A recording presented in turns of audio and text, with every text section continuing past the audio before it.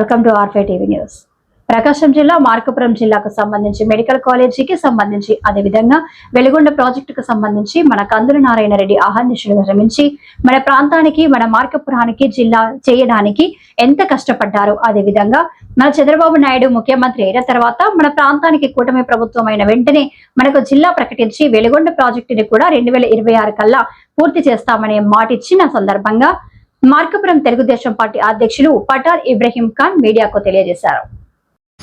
మా ప్రకాశం జిల్లాలో మార్కాపురం నియోజకవర్గం, మా నియోజకవర్గంలో మా అభివృద్ధికి తోడ్పడుతూ అహర్నిశలు ప్రజల కోసం తప్పించే మా కందుల నారాయణ రెడ్డి గారు మాకు వెలుగొండ ప్రాజెక్టు కోసం కానివ్వండి, జిల్లా కోసం కానివ్వండి, మెడికల్ కాలేజీ కోసం కానివ్వండి అహర్నిశలు కృషి పడుతూ ఎంతో ఇబ్బందులతో మాకు జిల్లా సాధించిన వ్యక్తి.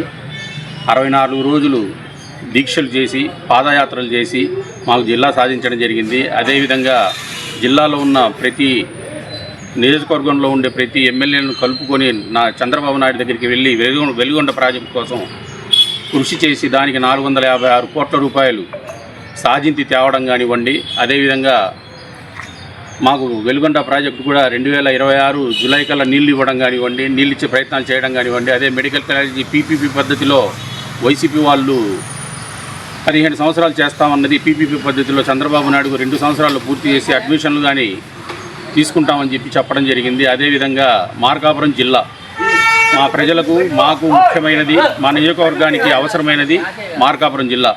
ఈ జిల్లా కోసం ఎంతో కృషి చేసిన కందుల నారాయణ రెడ్డిగా ఈ సందర్భంగా ధన్యవాదాలు తెలియజేసుకుంటూ, ఈ జిల్లా రావడం వల్ల రియల్ ఎస్టేట్ వ్యాపారం బ్రహ్మాండంగా సాగుతూ ఉంది.